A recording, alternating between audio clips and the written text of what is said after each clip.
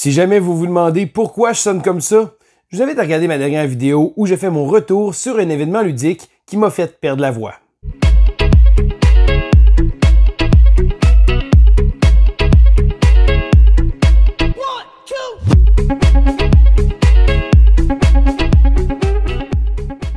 Bonjour, bien l'école du jeu. Mon nom est Sylvain et on se retrouve une fois de plus pour le Quoi de neuf, le Quoi de neuf du mois d'avril. Alors, il s'agit d'un petit retour mensuel sur nos expériences ludiques. Bon, si jamais vous suivez la chaîne, hier, j'ai mis une vidéo en ligne qui parlait de mon expérience au Jab, qui est un événement ludique où j'ai parlé de 31 jeux en 31 minutes. Donc, inutile de dire que je suis allé quand même assez rapidement sur plusieurs de ces titres. Donc, la vidéo d'aujourd'hui, je ne reprendrai pas ces titres-là. Je vais vous parler de mes autres expériences parce que oui, en dehors de cet événement-là, j'ai quand même eu l'occasion d'essayer beaucoup de jeux.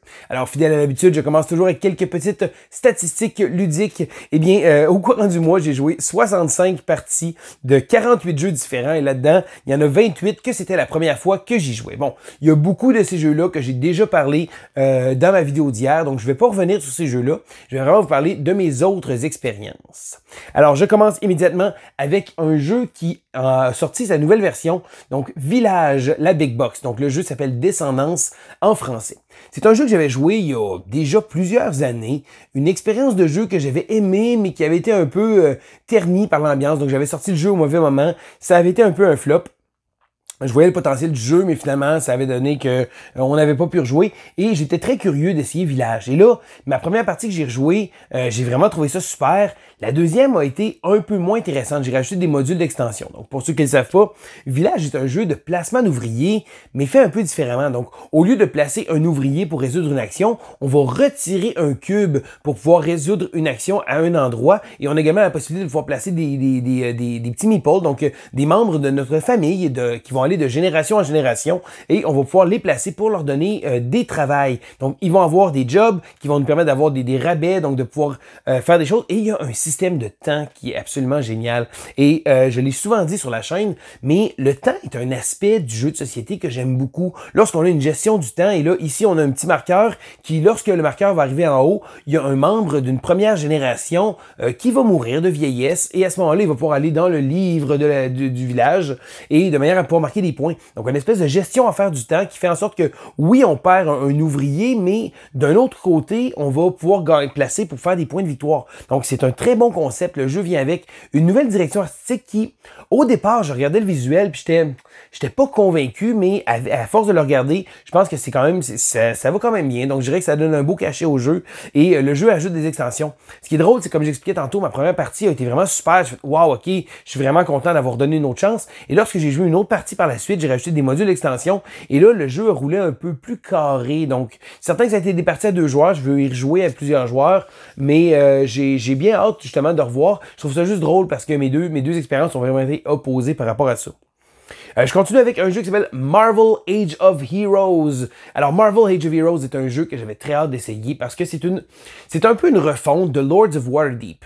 Lords of Waterdeep est un jeu de placement d'ouvriers dans l'univers de Donjons Dragons qui date déjà de quelques années. C'est un jeu que je trouvais très intéressant. On pouvait envoyer des personnages en mission, mais qu'au final, c'était un jeu très, très euro. Et c'était rare qu'on voyait un jeu avec un thème aussi fort que Donjons Dragons être appliqué avec un concept très, très euro de cube. Donc, ici, Marvel reprend essentiellement le jeu de Lords of Waterdeep et, une fois de plus, utilise un thème très fort avec un euro. Et là, nos ouvriers en tant que tels, ça va être des petits standees en acrylique de Cyclops, par exemple. Cyclops et Jean Grey. Mais ça va être drôle parce qu'on va avoir trois standees de Cyclops. Donc, c'est vraiment un jeu de placement d'ouvriers. J'ai trouvé que le jeu est intéressant, mais le problème, c'est que à 2 joueurs, je pense pas vraiment qu'il soit son meilleur, son plein potentiel, parce que le tempo du jeu est un peu ordinaire. En début de partie, ça prend du temps, parce que là, bon, si vous connaissez pas le concept, c'est que on va placer éventuellement des cartes qui vont être des nouveaux espaces d'action, et lorsque les autres joueurs vont venir sur nos spots d'action qu'on a placés, on va retirer un bénéfice. Donc, on a une espèce d'engine qui va se faire comme ça, mais en début de partie, il y a aucune de ces actions-là, donc c'est très, très lent de commencer.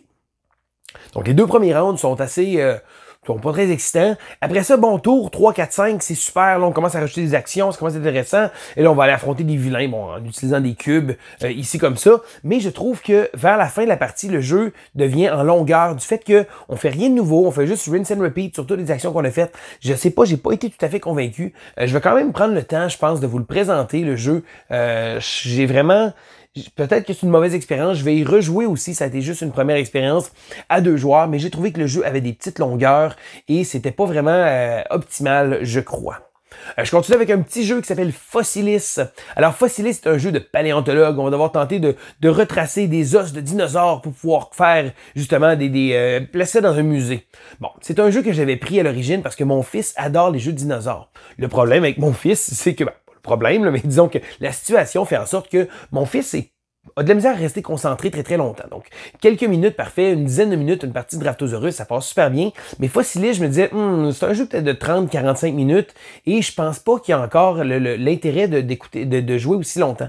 Eh bien, il m'a prouvé le contraire. J'ai été très surpris du fait qu'on a joué déjà 3 parties de Fossilis ensemble et je pense que le thème va vraiment l'aider à garder sa concentration. Bon, il joue un petit peu, c'est certain, il se fait des scénarios dans sa tête, mais j'ai vraiment été impressionné parce que je m'attendais vraiment pas à ce qu'il reste concentré. Je m'attendais à faire quelques rondes avec lui, après ça qu'il allait perdre l'intérêt, puis c'est correct, je veux dire, je veux pas le forcer non plus. Le jeu de société, il faut que ça reste quelque chose de très agréable à faire en famille, mais là, c'est lui qui me le demande, et je dirais que le jeu va vraiment utiliser ce petit cachet-là. Bon, le jeu, on va se déplacer, on va essayer d'aller chercher des pièces de dinosaures, donc il y a vraiment des petits fossiles vraiment mignons qu'on va chercher avec une petite pince, mais c'est pas un jeu de dextérité, là. C'est vraiment un jeu où on va avoir un nombre d'actions qu'on va pouvoir faire par tour, donc de déplacer des pièces pour essayer de les faire tomber, aller acheter des cartes, et à ma grande surprise, il a vraiment bien compris le concept, et habituellement, il n'y a pas de l'intérêt comme ça, et Fossilis a vraiment été un gros succès. J'ai été vraiment impressionné parce qu'il me demande encore de jouer. Et même des fois, c'est moi qui dis non, bon, un soir de semaine, des fois, ça ne donne pas vraiment. Et je me suis surpris de dire, wow, ok, j'ai vraiment refusé une partie de Fossilis avec mon fils. Donc, c'est vraiment super. 2 thumbs up. Je suis vraiment content qu'il ait apprécié son expérience et qu'il veuille y rejouer comme ça. Même si ce jeu est un petit peu plus long, ça me donne vraiment un bon vibe et ça m'encourage pour le futur aussi. Je continue avec un jeu qui s'appelle Planet B. Planet B avait une espèce de concept intéressant, mais c'est un jeu que j'ai acquis, je l'ai mis un peu de côté, et un moment donné, lorsque je me suis décidé de le mettre sur la table, et j'ai vraiment été surpris. Donc, premièrement, Planet B est un jeu qui utilise un thème un peu crasse. Donc, l'humanité a pratiquement détruit la Terre, les ressources naturelles, donc on a trouvé une nouvelle planète, et quoi de mieux de faire lorsqu'on trouve une nouvelle planète que d'exporter notre beau capitalisme et les corporations corrompues. Donc, c'est un thème très très dark, mais qui est utilisé et amené avec beaucoup d'humour. Des fois de l'humour un peu noir, mais je trouve que l'idée d'avoir un thème aussi crasse que ça fait tellement bien avec le look du jeu et le fait qu'il y a des petites blagues comme ça. Donc c'est vraiment un jeu qui m'a impressionné. Au début, j'étais pas trop certain du matériel. Le jeu utilise de l'argent en papier un peu. C'est un peu une espèce de petit plastique. J'étais vraiment pas convaincu. C'est pas quelque chose qui est très apprécié dans le milieu, je dirais. Mais lorsque j'ai vu comment ça fonctionnait, ça marche bien parce que les valeurs, lorsqu'on va les avoir en points, on va les retourner de côté. Donc si jamais j'ai un billet, bon, il compte pour 5$, mais si éventuellement par une série d'actions, je fais des points de victoire, et là, on peut utiliser les billets comme points de victoire à l'envers. Donc, il va avoir quand même sa valeur. Donc, si c'est un billet de 5, ça va être 5 points de victoire, mais ça va permettre d'avoir l'argent caché. Bon, il aurait peut-être pu prendre des jetons, des choses comme ça, mais je trouve que l'espèce de petit cachet que le jeu a, les petites blagues, les clins d'œil, et c'est un jeu qui m'a vraiment surpris. Et là, j'ai joué à 2 joueurs, qui est probablement la pire configuration, parce que c'est un jeu qui mise sur une espèce de concept de vote qu'il va avoir. Et là, le système de vote est vraiment bien fait, les élections qu'on appelle, et là, on va avoir placé des marqueurs dans un sac, et là, on va tirer un certain nombre de marqueurs devant nous, donc à tour de rôle lors de la phase d'élection, et le joueur qui va avoir réussi à avoir le plus de son marqueur à lui va devenir le président en tant que tel, et là, il va avoir certains bonus, certains bénéfices qu'il va pouvoir utiliser, mais c'est tellement bien pensé, c'est bien fait, j'ai vraiment aimé le style de jeu. Donc on va sélectionner une action, résoudre l'action, on va placer des bâtiments, et le jeu a une espèce de montée en puissance du fait qu'on fait des actions des fois qui vont valoir énormément de points, et malgré le fait que moi et mon ami avec qui on avait joué, on a utilisé 2 stratégies un peu opposées. Je pensais que ça allait vraiment avoir un gros écart, mais non. Le jeu a vraiment une bonne cadence. J'ai vraiment apprécié. C'est une belle surprise pour moi, le jeu Planet B. Un autre jeu que je vais essayer de vous présenter. Bon, certains, je le dis souvent sur beaucoup de jeux, mais que voulez-vous, hein? J'ai tellement le goût de vous présenter une tonne de jeux tout le temps sur la chaîne. Je continue avec un jeu qui s'appelle Flashpoint South China. Alors, Flashpoint South China est un jeu de la compagnie GMT Games. Donc, GMT Games est reconnu pour faire des jeux de guerre, des jeux assez drabs visuellement, mais j'ai toujours été intrigué, j'ai toujours été curieux un peu. Bon, il y a un jeu qui s'appelle Twilight Struggle qui est connu et apprécié de beaucoup. Je n'ai jamais joué à ce jeu-là. Donc, c'est un jeu de placement de gestion de cartes. On va placer des petits cubes et c'est un jeu qui m'a toujours intéressé, mais ça prend quelqu'un qui est aussi motivé que soi à ce jeu-là et c'est un jeu qui est assez costaud. C'est un jeu qui, la prise en main est pas très facile et qui mérite d'être joué souvent. Le problème, c'est que, bon, j'ai pas un body aussi motivé que ça et je n'ai pas l'occasion de jouer énormément souvent au même jeu non plus. Mais là, j'avais le goût vraiment de creuser, d'essayer de sortir un peu de ma zone de confort et découvrir un peu ce style de jeu-là. Flashpoint est une version minimaliste un peu, donc ça prend le concept de base de Twilight Struggle, du fait qu'on va jouer des cartes, et là, les cartes selon par quelle faction qui va être jouée va avoir certains pouvoirs, avec un système de majorité, d'influence, de cubes qu'on va placer, et j'étais vraiment curieux. Maintenant, qu'est-ce que j'en pense? J'ai joué une seule partie en solo, j'ai vraiment aimé ce que le jeu fait, je peux pas prétendre d'avoir compris tout ce que j'ai fait, donc c'est un jeu qui est mécanique, l'utilisation des cartes est très intéressant, j'ai hâte de l'essayer à 2 joueurs, j'ai hâte de voir qu'est-ce que ce genre de jeu-là, qui est pas du tout dans ma zone de confort habituel, mais il reste que j'ai vraiment apprécié ce que le jeu me proposait et le fait que ce soit un jeu très court. Pour ce type de jeu-là, habituellement, GMT fait des jeux qui sont très longs. Celui-ci, je pense que ma partie a duré peut-être 20-25 minutes. Je pense qu'à 2 joueurs, ça va s'en tirer autour de 45 minutes. Et pour cette durée-là, je pense que je suis vraiment prêt à donner une chance à ce type de jeu-là parce que c'est toujours le fun d'élargir un peu ses horizons ludiques. Donc, c'est certain, une seule partie en solo, c'est pas encore assez pour vous donner un avis éclairé, mais j'ai quand même touché un peu la pointe de l'iceberg de ce concept-là. Je continue avec un jeu qui, lui, j'avais déjà joué et j'ai rejoué parce que j'ai sorti finalement l'extension. C'est le jeu Energy Empire. Alors, Energy Empire vient de la série de Manhattan Project qui avait sorti déjà quelques jeux, mais dans tous les jeux de la série, c'est vraiment celui-là que je préfère. Donc, un jeu où on va utiliser de l'énergie pour pouvoir essayer de faire des combines de cartes avec du tableau building, du placement d'ouvriers, un paquet d'éléments que j'adore. Et c'est un jeu que j'aimais énormément, mais que j'avais mis de côté un peu depuis déjà plusieurs années même. Et là, avec l'extension qui est arrivée, j'étais content, je me disais, ah, parfait. Je l'avais aussi mis de côté, mais là, je me suis dit, hey, je vais sortir l'extension et je vais y jouer. Et là, ça fait longtemps que je dis ça à chaque jeu. Je vais vous le présenter celui-là parce que j'ai déjà filmé les règles du jeu de base et de l'extension aussi. Ceci dit, je voulais jouer encore une couple d'autres parties puis jouer en multijoueur pour pouvoir justement me redonner une meilleure idée. Donc c'est certain que je vais vous présenter ça sur la chaîne. C'est un jeu que j'aime énormément et le temps a quand même bien fait les choses du fait que je l'aime encore toujours autant. Donc c'est vraiment un super bon jeu. C'est pas un jeu qui a beaucoup de visibilité, c'est pas un jeu qui est nécessairement vendu partout, mais c'est vraiment un petit bijou que j'ai dans ma ludothèque et que je suis très content d'avoir. Je continue avec un jeu qui est sorti il n'y a pas si longtemps que ça, qui s'appelle Dog Park. Alors, Dog Park est un jeu qui reprend un peu un mélange de Wingspan avec le jeu Parks. Du fait qu'on va avoir une espèce on va se faire un tableau avec différents chiens qu'on va pouvoir aller chercher et un petit aspect de Parks qu'on va se déplacer avec la marche du chien. C'est un jeu qui est visuellement très joli. C'est un jeu que j'ai trouvé intéressant. C'est un jeu qui va être parfait pour initier des gens aux jeux de société. Donc, c'est pas un grand jeu, mais je pense que ce genre de jeu-là a quand même sa place du fait que ça va vraiment attirer l'œil et les gens, si jamais quelqu'un est amateur de chiens, un peu comme Wingspan l'aurait fait avec les oiseaux, mais là, on va avoir un paquet de races de chiens, le commun des mortels, les gens moins joueurs vont se retrouver et sinon même, ça va être un jeu qui va être intéressant pour pouvoir le présenter. Un jeu même probablement familial, bon peut-être pas en jeunes enfants, là, mais je pense que c'est un jeu qui est quand même bien. Je vais probablement vouloir y rejouer. Je sais pas si c'est le genre de jeu que je ferais 10 parties, mais il reste que j'ai trouvé que le jeu faisait bien les choses. Et si un jeu peut amener des gens à s'intéresser à notre hobby, c'est déjà une belle victoire. Je continue avec un jeu qui s'appelle Holotype. Holotype qui se retrouve dans ma bibliothèque ici comme ça. Un jeu que j'ai très hâte de vous montrer. Un thème de dinosaures. Surprise, les dinosaures ont la cote chez moi. Mais celui-là, je l'ai pas joué avec mon fils. Donc, c'est un jeu de placement d'ouvriers où on va devoir tenter de collectionner des holotypes. Donc, si on veut des dinosaures pour le musée. C'est un jeu qui, malgré le fait que je vois pas rien d'extraordinaire il fait tout ce qu'il y a très bien. Donc on a des ouvriers avec différentes forces, donc on va pouvoir placer notre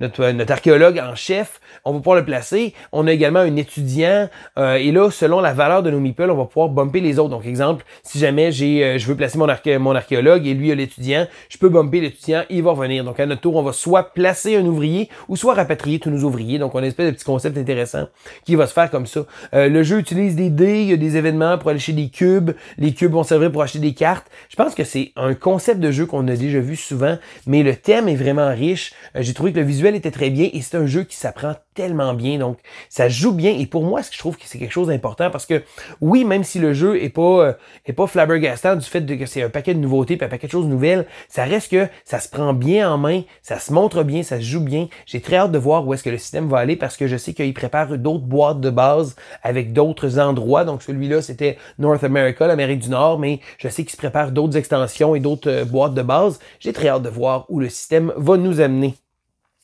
Et là, je continue avec un petit jeu obscur qui s'appelle Clockworker. Clockworker est un drôle de jeu parce que ça me fait penser à une espèce de mélange de Splendor. Donc, on va se bâtir un moteur, se bâtir un engine. J'ai trouvé que le jeu offrait des choses très intéressantes. C'est pas un méga gros jeu. J'ai joué à 2 joueurs. Je pense qu'il doit être encore meilleur à 3 ou peut-être même à 4. Mais j'aime les idées que Clockworker amenait du fait qu'on va sélectionner des cartes, on va se construire un tableau comme ça, aller chercher des choses. Et là, plus ça va aller, on va avoir vraiment ce feeling-là de monter du fait qu'au départ, nos tours sont moins satisfaisants et plus la partie avance, et plus on réussit à pogner un petit moteur qui va bien. Donc, un beau jeu, une belle présentation, j'ai trouvé ça intéressant. Le système du fait des mérites qu'on va avoir, qu'on va placer en ordre, et là, on va essayer de réussir à aller chercher nos cartes donc toujours plus bas pour avoir des mérites plus forts. Mais là, maintenant, on va avoir besoin de nos travailleurs, donc ça va être une espèce de gestion qu'on va faire. Donc, un jeu très original que j'ai bien apprécié. Et là, je continue avec un petit jeu que j'ai fini, et là, c'est même pas un petit jeu pour faire semblant que c'est un gros nom, c'est mon petit Everdell. J'ai eu le plaisir de jouer à mon petit Everdell avec ma fille. C'est un jeu qui reprend l'essence même de Everdell, mais qui condense le rapetisse dans une expérience de 20 minutes où on va se construire un petit tableau, essayer de marquer des points, aller chercher des ressources. Ça marche tellement bien, c'est tellement simple, ça fonctionne bien. En 20 minutes, j'ai été vraiment surpris du fait qu'on a vraiment le feeling de Everdell. Bon, c'est certain que ça n'a pas la prétention d'être aussi avancé, mais c'est un jeu qui se joue très bien. Et là, peu importe l'âge, je pense que les jeunes, même le jeu de 6 ans et plus, et j'ai pas de misère à le croire, certain qu'il y a un petit peu de texte à lire, mais la collection de ressources, le petit placement d'ouvriers qui va se faire, très très simple. Mais c'est pas parce que c'est simple que c'est nécessairement enfantin. Je pense que le jeu se prend bien et comme jeu de soir, de semaine, je trouve ça vraiment génial. Un jeu d'une bonne durée qui offre un côté satisfaisant, le petit côté tableau building qu'on va construire, acheter nos cartes, essayer d'avoir des combinaisons, des cartes différentes pour marquer des points. Je pense que je trouve ça très intéressant. Bon, c'est certain que c'est assez limité quand même. Là, on fera pas des centaines de parties, on n'aura pas des stratégies différentes à aller chercher, mais un jeu avec jouer avec les enfants, c'est vraiment super. Ou même un filler, je pense, entre adultes. J'ai pas eu l'occasion de l'essayer encore entre adultes, mais j'ai vraiment trouvé ça super. Donc c'est une belle version, mon petit Everdell. Je pense que c'est une version qui gagne à être connue. Si vous avez des jeunes enfants, je vous invite à jeter un coup d'œil. La boîte offre du beau matériel surprenant parce que oui, on a des belles petites ressources, on a les petites baies là, qui sont toutes squishy, qui sont super belles. Donc c'est vraiment vraiment génial. On a des petits coffres pour placer les ressources. Donc le jeu offre vraiment une belle présentation visuelle dans un univers que beaucoup de gens aiment, celui de Everdell. Donc, ça fait le tour de ma vidéo Quoi de neuf et de mes expériences ludiques. Là, je la coupe un peu plus court parce que la voix a encore de la misère. Je pense que ça va prendre un petit peu de temps avant que je réussisse à me refaire la voix comme ça, en espérant que la semaine prochaine, j'ai retrouvé un peu mes capacités vocales parce que là, c'est assez rough pour moi. Donc, c'était Sylvain pour l'École du jeu et on se dit à la prochaine!